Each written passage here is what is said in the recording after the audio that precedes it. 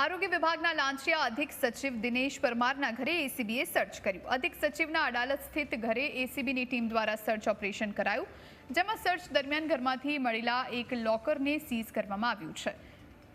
ગુનો બન્યો ત્યારથી આ આરોપી છુપાતો ફરતો હતો અને તે સગાવાલાના ઘરે તેમજ ધાર્મિક સ્થળે છુપાયો હોવાનું પૂછપરછમાં ખુલ્યું।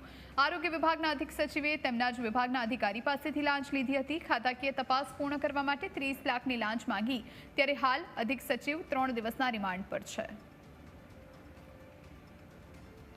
અધિક સચિવ પોતે રિટાયર્ડ થઈ ગયેલા હતા અને તેઓ 11 માસના કરાર આધારિત જે નિમણૂક આપવામાં આવે છે તે રીતે તેઓ ફરજ બજાવતા હતા। એટલે નિમણૂક તો કરાર આધારિત હતી। તેઓની અપ્રમાણસર મિલકત અંગે તેઓ પાસેથી જે કંઈ અમે આધાર પુરાવા લેતા હોઈએ છીએ કે ઇન્કમટેક્સ રિટર્ન, પેન કાર્ડ, આધાર કાર્ડ અને તે આધારે તમામ રીતે તેઓની તપાસ કરવામાં આવશે। આ રીતે કોઈ અન્ય કોઈને આ રીતે પૈસા લીધા હોય તો એ માટે થઈને અમે તમામ વખતે જાહેરાત કરીએ છીએ કે કોઈને પણ આનો ભોગ બનેલા હોય તો જણાવે, પરંતુ હાલ સુધી આવી કોઈ ફરિયાદ પ્રાપ્ત થયેલ નથી।